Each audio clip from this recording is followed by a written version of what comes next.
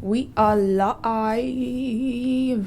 Hey y'all, welcome to my channel. My name is Cass. If you're new to my channel, I make videos all about building a better you inside and out through lifestyle branding and content creation. And today's video, you guys, is all about using self-discipline to get whatever you want in life, all your dreams, all your desires, all your goals, modifying and growing this one muscle in your brain, self-discipline. I'm not sure if it's really your brain muscle, so don't quote me on that, but by really growing and pushing your self-discipline, you can pretty much achieve anything that you want to as far as your health and fitness goals, your finance goals, your personal brand, your business goals. So the first thing, you guys, I want to discuss is what exactly is self-discipline. And personally, I see self-discipline as self-love. I see it as determining what would be better for yourself, what would be better for your body, what would be better for your state of mind, what would be better for even your family and the people around you, and determining what would kind of make you happy, satisfy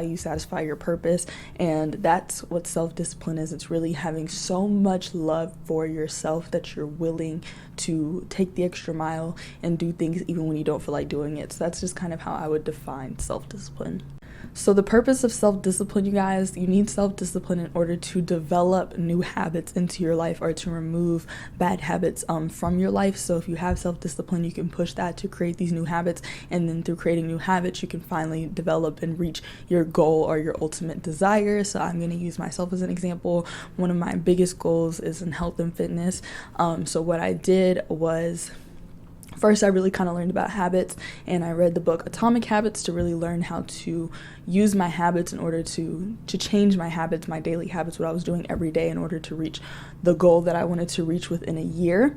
And then I took what I learned about habits, and I'm currently reading the book The One Thing, which talked a little bit about self-discipline and just discipline in general, and how discipline is needed in order to achieve these habits. So when you're creating a habit, you're bringing something new into your life, and so this is something you're not used to, and you may not be motivated to do it all the time, which we will talk about later in this video, but it's important to have the self-discipline so that you are able to continue on with this habit, so that you are able to reach your ultimate desire. So you guys, the first thing I want to talk about is how exactly do you get self-discipline. So the best number one way to really have self-discipline, maintain self-discipline, is to really define and find your purpose if you have not already. So really define what your purpose is, whether it's your purpose in life, what purpose your brand, your business is serving, what purpose your health is serving. Maybe for me, I think one of the biggest things was to really get into health and fitness so that I can help other people to modify their lifestyle and to teach them what I have learned from modifying my health and fitness and just living a healthier lifestyle.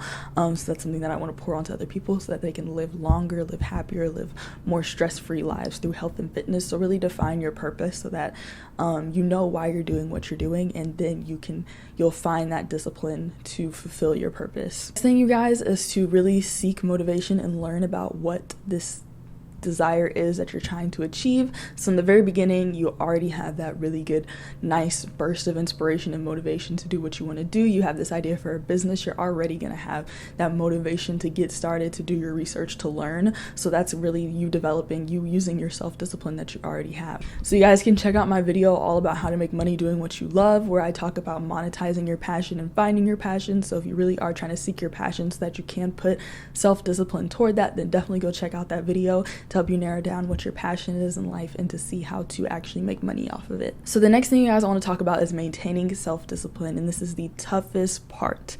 It's easy to write down your goals. It's easy to have that burst of motivation in the beginning, but actually maintaining the motivation, actually maintaining your self-discipline is the toughest thing. So that's what I want to break down. So the number one way to maintain your motivation, you guys, is to always refer back to your purpose. That's why I said you have to have a strong purpose to begin with, because that's something you're going to have to refer to, write it down somewhere, put it in notes on your phone, put it in a location where you can easily go back and refer to your purpose. If your purpose is no longer motivating you, switch up your purpose, but always, you guys, refer back to your purpose so that you can get that gust of self-discipline, or even if you don't have that gust of motivation again, it'll just be enough to get you through it. This happens for me a lot whenever I'm working out. It's all great the first week. Second week comes along, I don't feel like doing it, but I'm going back to my purpose that I initially had, and that purpose is fueling my mind to just go out, do it. I don't enjoy it, but it's only 40 minutes of my day, 40 minutes of my time. It's over by the time I really think about it. The next thing, you guys, is to just do it. I know it's easier said than done. I actually did release a video all about getting out of a rut or getting out of creative blocks, so you guys can check out that video where I break down 3 ways to really get yourself re-motivated if you're not feeling motivated at all. But just doing it will really push you guys. There's a lot of times I don't feel like filming a YouTube video, I don't feel like reading my book, but it's just a matter of taking those small steps to just do it. So you have to at least have discipline to achieve that small step. For me, my small step may be get dressed. Next step, set up my camera. Next step, clean off my desk.